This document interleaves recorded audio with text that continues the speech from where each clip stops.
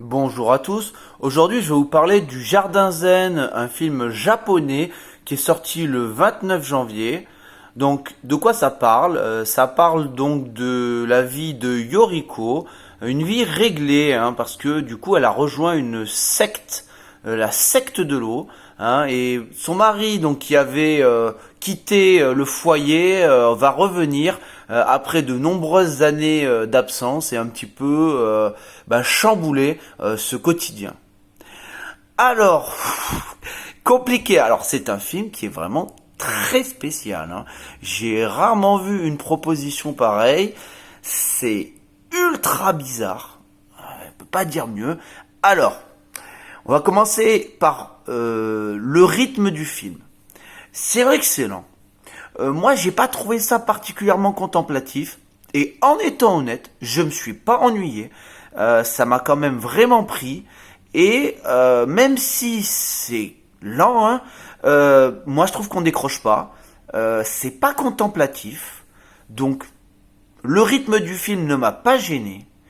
J'ai trouvé que c'était une proposition tellement unique avec une actrice donc qui est exceptionnelle, hein, faut dire la vérité, et elle est complètement tarée. Et alors, ce qui est fabuleux dans ce film, c'est que pour elle, on ressent des sentiments contradictoires. On a à la fois de l'empathie, de la pitié, mais également de la détestation par moments. Elle prend des décisions. On la comprend, mais on ressent beaucoup de choses pour ce personnage.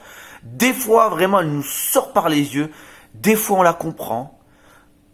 Elle est vraiment exceptionnelle. Le personnage est très bien écrit.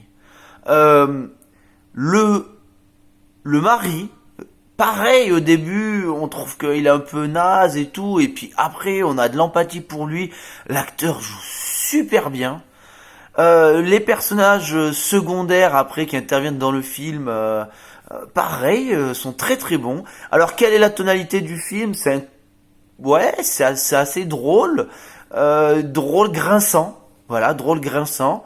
Euh, bon, faut se faire son idée. Ça traite de l'embrigadement dans une secte, voilà, de plein de choses, de la mort, de la vie, de comment être heureux, de qu'est-ce qu'on veut pour être heureux dans la vie, à la recherche du bonheur. Ça parle de plein de choses. Moi, j'ai trouvé que c'était un film qui était très intéressant.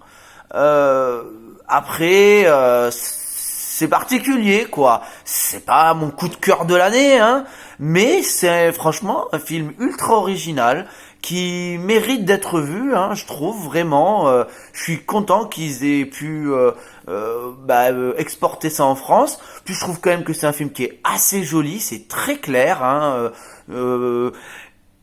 Il y a des plans qui sont très beaux aussi quand elle ratisse son jardin et tout. Moi j'ai bien aimé, hein, c'est assez le rythme, c'est plan hein, mais franchement j'ai trouvé que c'était un film qui est pas désagréable et vraiment je le conseille. Je trouve que c'est un bon petit film japonais. Moi j'ai bien apprécié et c'est pour toutes ces raisons que je lui mettrai la note de 7 sur 10.